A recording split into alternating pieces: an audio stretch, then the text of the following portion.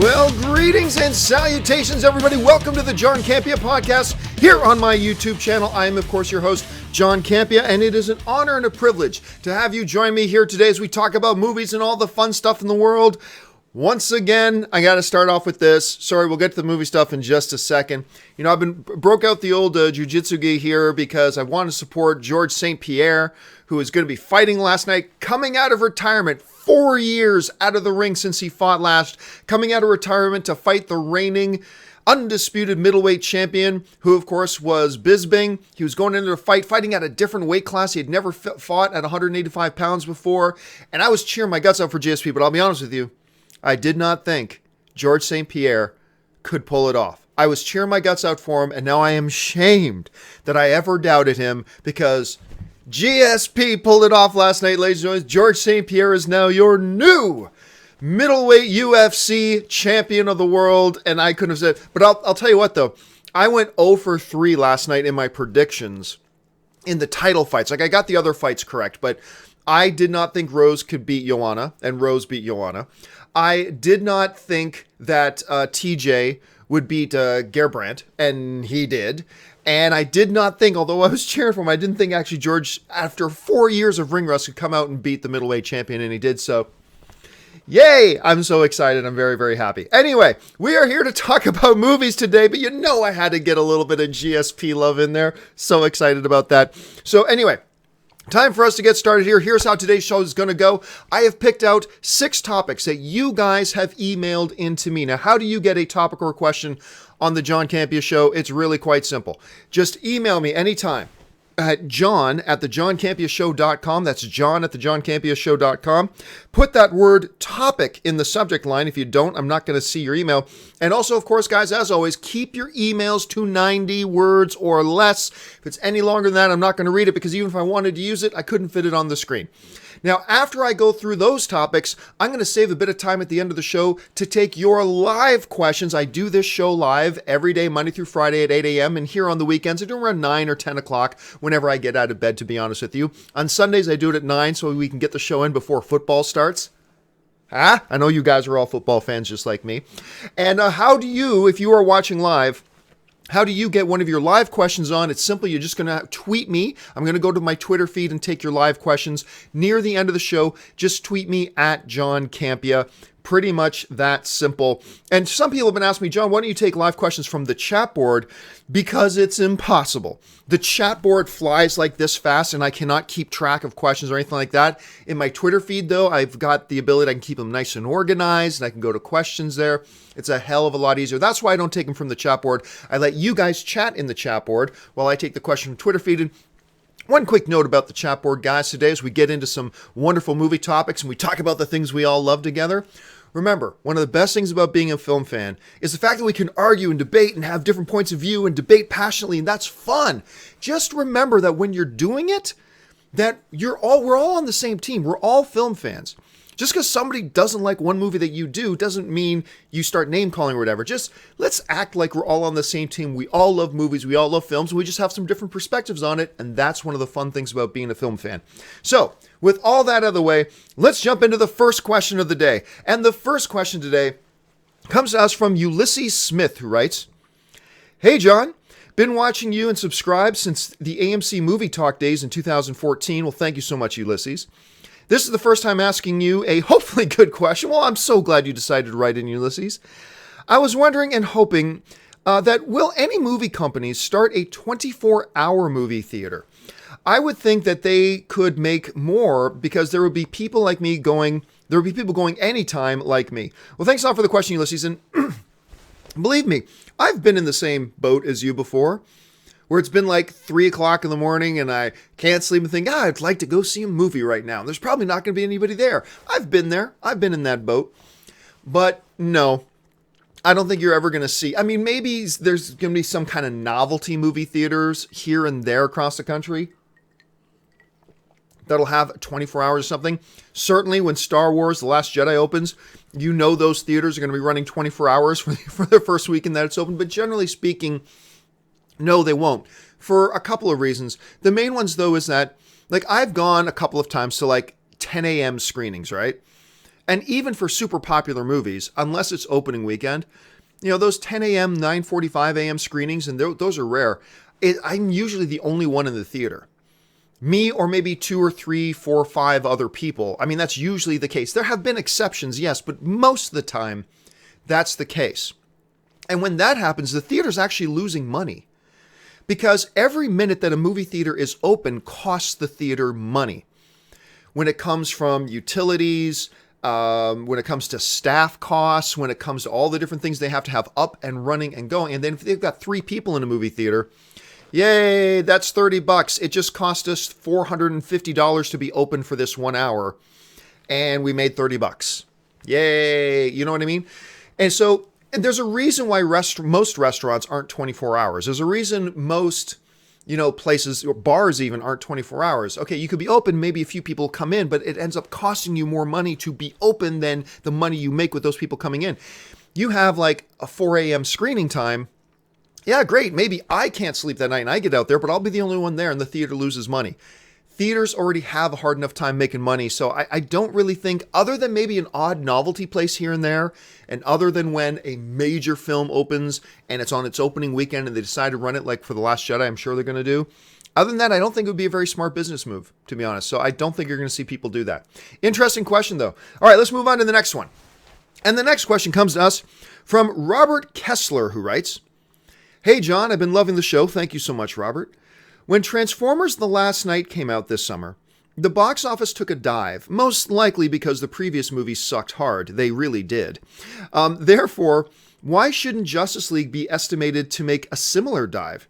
Sure, Wonder Woman was good, but the last ensemble DC movie, BVS, was poorly received." All right, thanks a lot for the question, Robert. And yeah, one of the things that a lot of us have been predicting for a while, but it took longer than even I thought it was going to take, is if you consistently make the franchise movies that you make bad, eventually you're going to see that the audience will catch on and you're going to see the box office take a dive.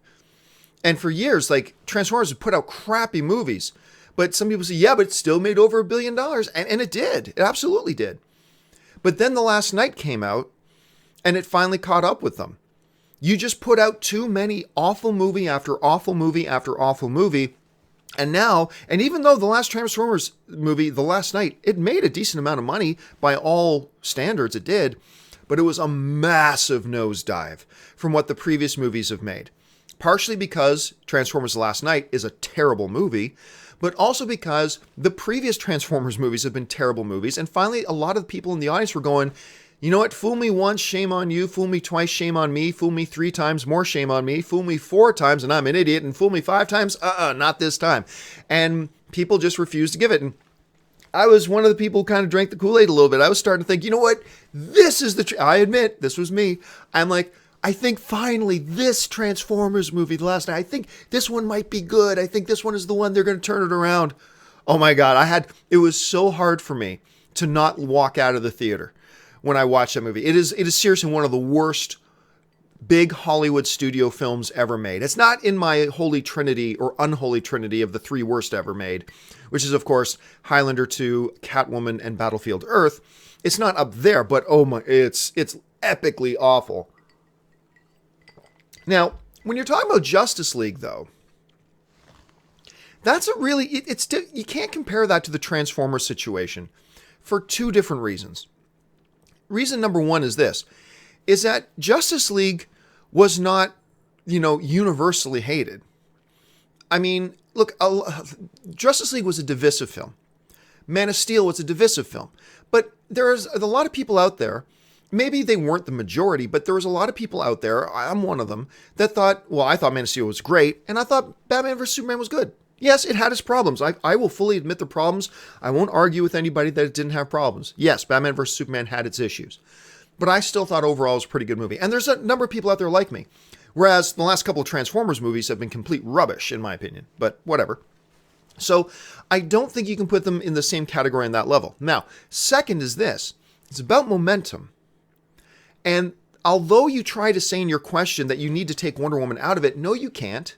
Wonder Woman was a part of that Batman vs. Superman movie. I can only imagine what Wonder Woman would have made at the box office because it made just over $800 million. Can you imagine what Wonder Woman would have made at the box office if Batman vs. Superman had been universally, not 100% on Rotten Tomatoes, but it had been really positively reviewed and really positively received by all the audience? Wonder Woman would have been in the $1 billion club. I will stand on that right now. Had Batman vs. Superman had like a 90% critic rating and like a 90% audience rating like some comic book movies do, I absolutely guarantee you Wonder Woman probably would have crossed that $1 billion mark. But it hurt it a little bit because there were some momentum issues. That's fine. Wonder Woman still did great. Made over $800 million. But you can't take Wonder Woman out of it now. Wonder Woman is part of the momentum of the DCEU. And because Wonder Woman is in there, and Wonder Woman was positively received by the critics, where all those people are saying critics have an anti-DC bias, where are they now anyway? But Wonder Woman was a positively received critic movie. Wonder Woman was a positively received movie by the audience. And Wonder Woman was financially successful. That means the momentum for the DCEU right now, at any rate, has started moving up. Yeah, they struggled a bit with Suicide Squad, Batman vs. Superman, Man of Steel with divisive films and all that kind of stuff. Yeah, I get that. But the last film was Wonder Woman. Things are going in the right direction. And Wonder Woman is in Justice League. So I don't know. I don't expect any kind of downward trajectory. I fully expect Justice League will join the $1 billion club. I fully expect that Justice League will be the first film in the DCEU to cross that $1 billion mark. And I think the success of Wonder Woman is going to be part of the, not the only reason, but part of the reason why it's able to do that. So I don't think you can discount the success of Wonder Woman when talking about the trajectory of Batman versus Superman, or of Justice League, I mean, and where it might wind up at the box office. I think it's going to do fine. And I think Wonder Woman's part of the reason why. All right, let's move on now to the next question. And the next question today comes to us from Francisco from Sacramento. And Francisco writes, "Hey, John, love the show. Keep up the great work." Thank you so much, Francisco. I appreciate that. "I saw something today about Warner Brothers officially kicking off an Oscar campaign for It.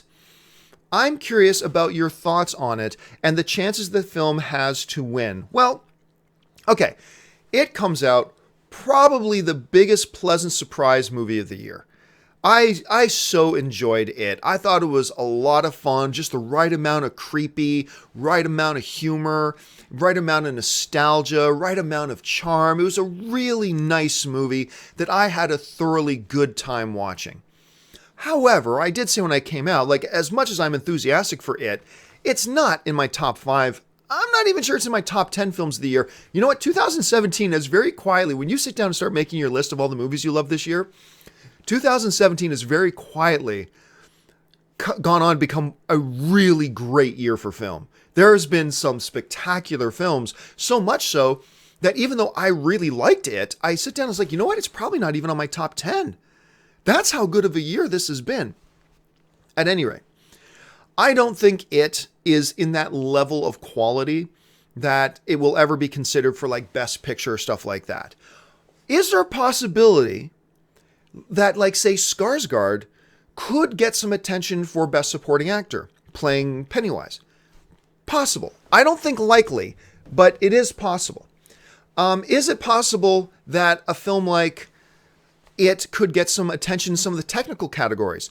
Costuming, soundtrack. I think the soundtrack for It, or the score for It, is a little bit underrated. It may not be in the top 5 of the year and may not get a nomination, but I think it's an underrated soundtrack, to be honest with you. Could it get for costuming, for makeup, for some visual effects? I mean, all those are possible. As far as the bigger awards like Best Director of the Year, Best Picture of the Year, things like that, I don't think you're going to see it in that. I don't think it qualifies for that. I personally wouldn't put it up there on that level myself, but it's definitely one of the pleasant surprise movies of the year. I enjoyed it a hell of a lot. And, you know, I like that Warner Brothers is going to give it some Oscar push. I like that. I'm sure part of that has to do with rolling their Oscar push into the upcoming Blu-ray and home video and streaming sales. I'm sure they're part of the reason, at least 60% of the reason they're considering giving an Oscar push for It is just really to benefit its home release sales, and which is actually really smart on their part. I think that's incredibly smart. All right, what do you guys think? Would you think It deserves to be like considered for Best Picture of the Year? Jump in the comment section. Let me know your thoughts. All right, let's move on now. Next question today comes to us from Anthony Gonzalez, and he writes, Many of the core fans know, of course, Superman will return in Justice League by a certain part. However, Warner Brothers isn't advertising the film with the Superman because I feel they're saving this for a surprise. However, your average moviegoer doesn't know this. Likely isn't aware that we will even get Superman in this film, Justice League. Could their lack of Superman advertising hurt the film at the box office? You know what? It's a fantastic question. Let me address it on several levels, like from my point of view at any rate, and I'm sure you guys might have some different points of view, which is awesome. Number one, I don't think there's many people who don't know Superman's going to be in this movie. I'm sure there are some. But even anybody who watched Batman vs. Superman, they started his resurrection at the end of Batman vs. Superman.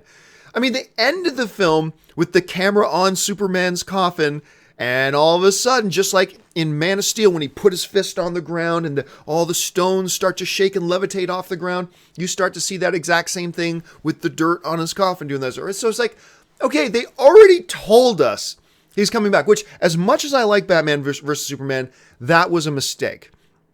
Like, what's the point of setting up the death of Superman if by the end of that exact same movie, you're showing us that he's coming back? I mean, we would have all known he's coming back anyway, but why show it to us in that movie? But whatever. So anybody who saw Batman vs. Superman already knows he's coming back to life. I mean, really. The fact that in that one trailer, I think it was trailer number 2, although they did a lot in trailer number 1 as well, that like half the trailer is Bruce Wayne's voice talking about Superman. We need Superman. The world needs Superman. All this kind of stuff is like, well, okay, well, clearly you're going to have Superman in the movie. And then, of course, that new poster came out with all the Justice League characters, and they formed in the middle. Remember, I talked about this on my show. In the middle, their forms and their images form the silhouette of Superman standing with his cape flowing. So they're kind of foreshadowing and kind of telling us anyway. So why not just come out and put him in? And they did put Clark Kent in one of the trailers. Remember, Lois Lane comes out of the Kansas house and there's Clark standing in the wheat field. So they're showing us he's there. The other reason why I don't think him not being in the marketing is really going to hurt it all that much is this. Anybody who's interested in going to see a Superman movie is probably also interested in seeing a Batman movie, is probably also interested in seeing a Justice League movie. So I don't think there are fans of DC and comic book movies who are going to go, no, I think I'll skip Justice League because Superman's not in it. Chances are, if you're into a Superman movie, you're probably also into Wonder Woman or seeing Batman or the Justice League or the Flash or Cyborg or maybe Green Lantern if he pops up. You know, you're probably also in it. So I think it's going to minimize any losses. Now, will it have some impact that we're not seeing Superman? I think some. I think I'd have to be naive to not acknowledge that there would be some impact. But that's the risk they're taking. They've decided to roll the dice to, even though everybody knows Superman's coming back, to try to save the return of Superman in Justice League is a little bit of a surprise for the audience. And they're willing to gamble a marginal impact that not having Superman in the trailers will have on the bottom line of the box office. They're willing to trade that small little bit, because I do believe that, yes, there'll be an impact, but I believe it's going to be, inconsequential amount. I really do. And Warner Brothers knows that, and it seems like they're willing to trade off that insignificant amount of money, but, impact, or at least they're willing to risk that the impact will be really small and pretty much non-consequential. They're willing to trade that off to have at least a little bit of a surprise factor in the movie. I have no problem with that. I also would have had no problem if they just came out and bam, put Superman flying in the sky, fighting stuff. I would have had no problem if they had that in the trailers either. I would have been totally fine with that. That may have helped the box office a little bit too.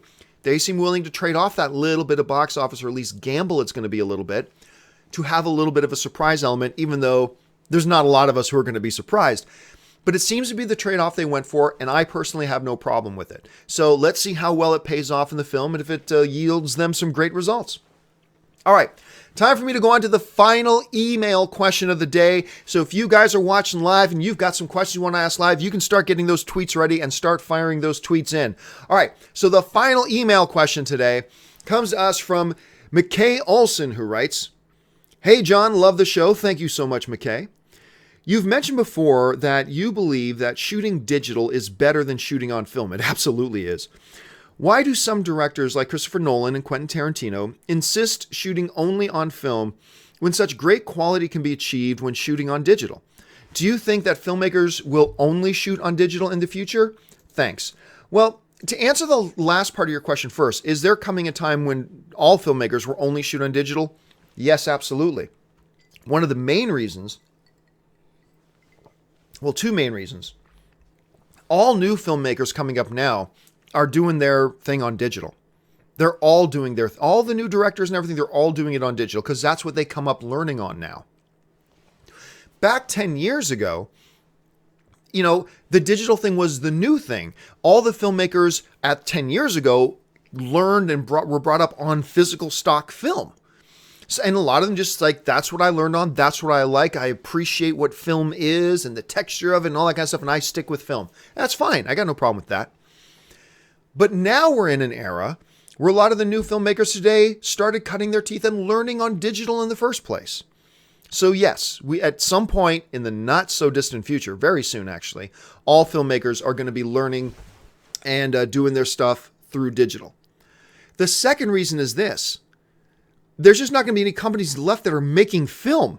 I mean, the companies like Kodak and whatnot, the companies that make film, like make stock film that these guys like to use to shoot their movies, they're going out of business. Just last year, was it 2 years ago, like there was this big, huge push by a couple of filmmakers, including, I believe, Christopher Nolan and Quentin Tarantino, to save a certain division of it was either Fuji or Kodak, one of the last remaining companies to actually make stock film, to save those divisions. I believe they did save it, but that's not going to last long. You can't be in business making a product that nobody's buying anymore. Except Quentin Tarantino. You can't have a business where you have one customer or two customers. So yes, the day is coming and it's going to come. And you know what? 10 years ago, there was an argument to be had about the advantages of either digital or film. Because at the time, you could when they started making Star Wars Episode 2, Attack of the Clones digitally, at that time, you could see a bit of a difference. Even the average film goer sitting there in theater could look at the screen and see and recognize a bit of a difference. And certainly trained filmmaker eyes could absolutely see the difference. So there was a bit of an argument to be made there. Yes, there were a bunch of advantages to digital even back then, but there were some advantages to film. Today, that's gone. That's gone today. You sit an audience of 500 people in a movie theater who are just average film goers, and you show them a movie made today digitally with a movie made today in film, 499 out of those 500 would not be able to tell you which one was used film and which one used digital. Because digital has improved a lot. And then there's all the advantages. I remember when I was driving out to Los Angeles from Canada, I stopped off in Albuquerque, New Mexico, because two buddies of mine, Mark Neveldine and Brian Taylor, a couple of directors, they were shooting a film at the time called Gamer with 300 Boy. And he's now in Geostorm. Gerard Butler. Sorry, why was I freezing on Butler's name? I'm not sure. But anyway, they were shooting a movie in New Mexico with Gerard Butler called Gamer. And Milo Ventimiglia was in it as well. And Sam Witwer was in it as well. That's actually the first time I met Sam Witwer, was in Albuquerque. It was 10 years ago. That's where I met him. But anyway, so they were shooting a movie, and it was their first movie that they were shooting purely on digital. And I remember we were talking, we were having lunch and talking, and they're like, oh my God, we'll never go back. We'll never go back. The way you can instantly review footage, you don't have to wait till tomorrow to review footage that you shot. You can have instant feedback, knowing what it is that's shot. You don't find out mistakes are done tomorrow. The workflow is so much easier, blah, blah, blah, blah. Just all the advantages. They just gushed and gushed and gushed about all the advantages of shooting that way. Now, you still have guys today like Christopher Nolan, Quentin Tarantino. You know what? They like film because they like film. And great. God bless them. That's wonderful. And they want to keep shooting on film. That's fine. There's nothing wrong with that if that's what they want to do. But it's already happening that the vast majority of filmmakers shoot their stuff digitally. The advantages that far outweigh any minor advantages are on shooting on film. And Quentin Tarantino is a dying breed when it comes to just this almost obsessive devotion to film stock. It's going away. It's going away. And it's not going to be here 5, 6, 7 years from now, because all the new filmmakers are training on digital to start with. And just, I don't think there's going to be any companies left producing the damn stuff, because there's just not enough of a customer base for it. Anyway, guys, that will do it for the emailed in topics portion of the show today.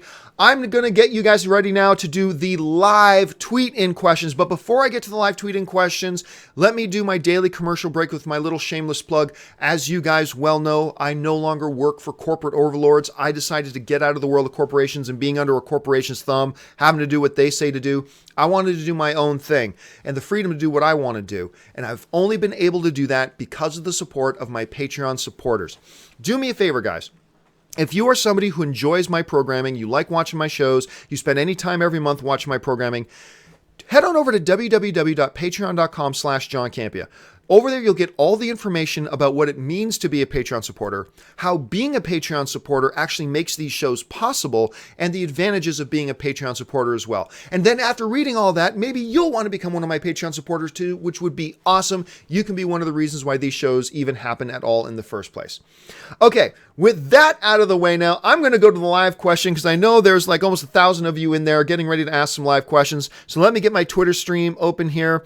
Let's see here. The first tweet comes to us from the Yan PL, who writes, John, idea, 24/7 movie theater in airports. Well, it's an interesting idea, except you're incredibly limited in your potential audience, because you'd need people who would be on at least a 3.5-hour layover, and they would have to be in the mood to go watch a movie in a theater. You know what? Maybe there'd be some upside. I'm not sure. I can't really think of a lot of upside off the top of my head, but maybe there would be. It's an interesting idea. All right, next tweet comes to us from Stephen Grant 75, who writes, John, considering all the toy advertising featuring Superman and DC fans knows he's not dead, but I doubt he'll just hop, and I guess your tweet went on too long. You're right. Like, that's the other thing to keep in mind is the marketing. The marketing is a tough thing to avoid, and they have been marketing Superman toys. So, I mean, that's another thing. All right, next one comes to us from Mr. Spider336, who writes, John, every Marvel to hit $1 billion has starred Robert Downey Jr. Well, once he is gone, do you think Marvel can still find that type of success? Well, I mean, yes, but, I mean, Robert Downey Jr. has just been a part of a couple of those films. I mean, yes, he's been in them, but he's only been a part of them. And yes, I think now the MCU has expanded enough and grown enough that they don't need Robert Downey Jr. to be in a movie for it to hit $1 billion. I think they know that now. I mean, look, Spider-Man Homecoming has Robert Downey Jr. It didn't hit $1 billion. So it's not like there's a formula. If Robert Downey Jr. is in the movie, it'll hit $1 billion. If it doesn't have, it won't hit $1 billion. I don't think that's the way you can look at it. So no, I don't think that's any consideration at all that we even have to worry about. Next question comes to us from the Batflick, who writes, John, doesn't it annoy you when a great comic book villain gets killed at the end of the film instead of just captured? Well, no, not really. It all depends on if it feels like they played their story out. If they play a great villain's story out, and then that story requires that villain to get knocked off, then I'm okay with it. That's totally fine. You know, it's situations like, and I'm not trying to pick on the prequels here, although I always pick on the prequels, but I'm not trying to pick on the prequels here. It's a situation like, say, Darth Maul, where Darth Maul was a really cool character and tragically underutilized, and then they kill him off without us getting the full benefit of that great character that they had. When that happens in a comic book movie, that becomes a little bit annoying. But if you have a great villain and then he's off at the end, but he played a great part in the movie, and then his death plays a part of the narrative, then I'm okay with it. I don't think that just because a character's good, you have to not kill them just to keep them around for later. Come up with other villains. But it all depends on how the villain is used. So it's different from movie to movie for me. That's just my thought. All right. Next question comes to us from Majin Goku Black, who writes, John, Civil War or Thor Ragnarok? Oh, that's easy. Civil War. Like look, I adore Thor Ragnarok. I think the movie's damn great, but it's not my favorite comic book movie even of this year. It may not even be my second favorite comic book movie of this year. So number one to me is Logan. Nothing else has come close to it. And I think number two would probably be Spider-Man Homecoming. But then you got Thor Ragnarok, I think is great. And then maybe after Thor Ragnarok is Wonder Woman, which I really enjoyed. And then way down the list there is Guardians of the Galaxy 2, which I still think was okay, just a big step down from the first one. So you're asking me to compare Civil War, which I think is probably a top 5 all-time great comic book movie. Civil War over Thor Ragnarok. For me, at least, any day of the week. Let's see. This one. John Campea, as a video game fan, I'm disappointed there hasn't been a great a video game movie. What is it that studios don't get about video games? No, studios get them fine. Look, I've been saying this the whole time. The problem with video game movies, this isn't for every situation, but for the most part, with most video game movies I've watched, they've tried to pander their movies to the fans of the video game. And that's a mistake. That's a mistake. A lot of people think, well, the key to making a good video game movie is make it just like the video game. No, it's not. That's a recipe for disaster. Because video games are a different medium than the movies. Just like the comic books, none of the big comic book movies, not Civil War, not X-Men Days of Future Past, none of them stick to the comic book. Because they know the comic book is a different medium than film. You got to make your own movie. Draw inspiration from the original source material. Take elements from the original source material. But the most important thing you have to do as a filmmaker is make a great movie, not make a movie that's as close to the comic book as possible. And I think a lot of studios, the problems they've faced is that they've felt unnecessarily handcuffed to make it as much like the video game as possible. You're not going to please anybody that way. That's a recipe for disaster. And what I hope they do with Tomb Raider, clearly it feels very much like Tomb Raider, but I hope they don't feel beholden to the video game. They just make a great movie. That's what they did with Captain America Civil War, because that movie ain't nothing like the comic book. That's what they did with X-Men Days of Future Past, because that movie ain't hardly anything like the comic book. Do that with video games and just focus on making a great movie, and I think you'll be fine. Unfortunately, I just think they've been pandering too much, and then they fall short. But we'll see. Next one comes to us from A.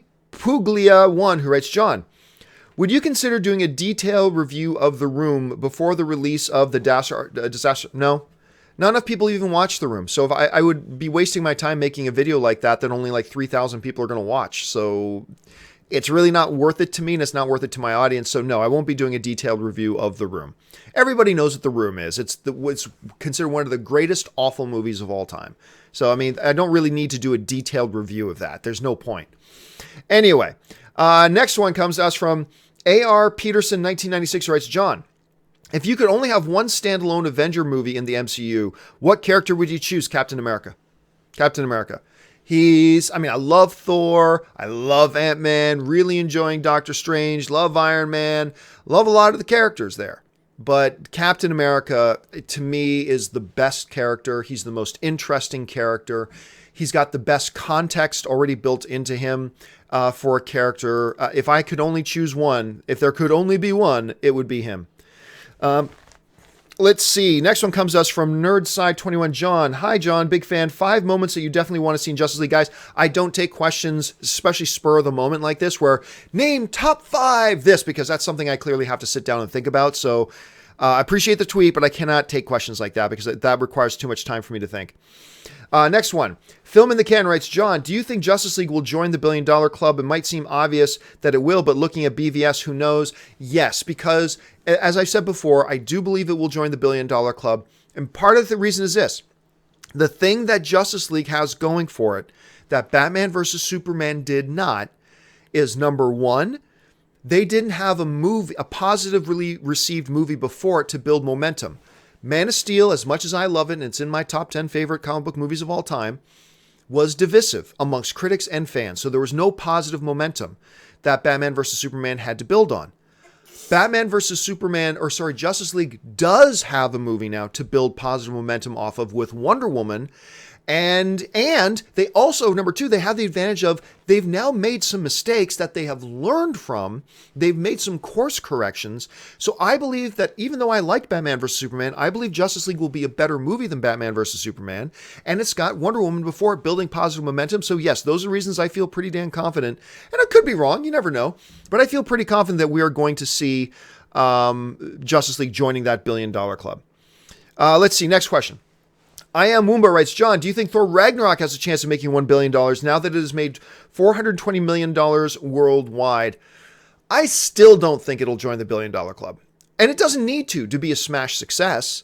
I think it'll hit 800 million, and that will be considered a huge success. It'll definitely be the biggest Thor movie they've ever had.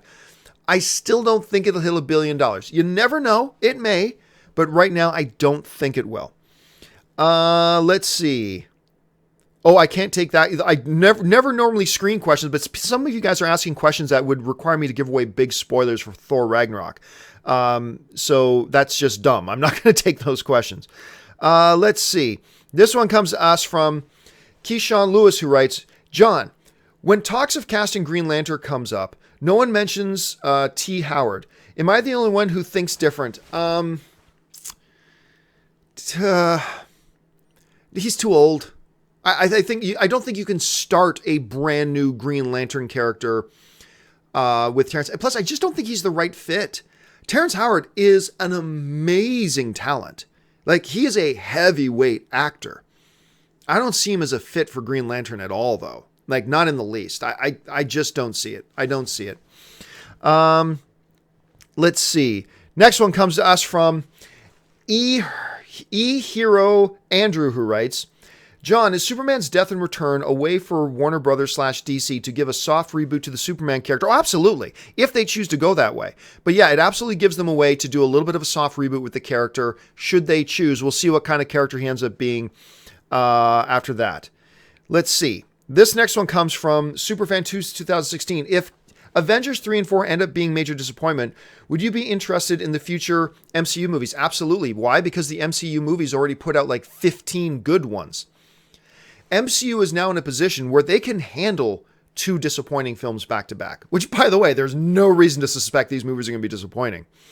But even if they were, they've built enough unrelentingly positive momentum that 2 disappointing in the movies in a row is not going to be enough to derail it. It's just not at this point. They'll have to put out 3, 4, or 5 in a row that disappoint, because they put out like 15 in a row right now that have been positively received by audiences and critics and made money and stuff like that.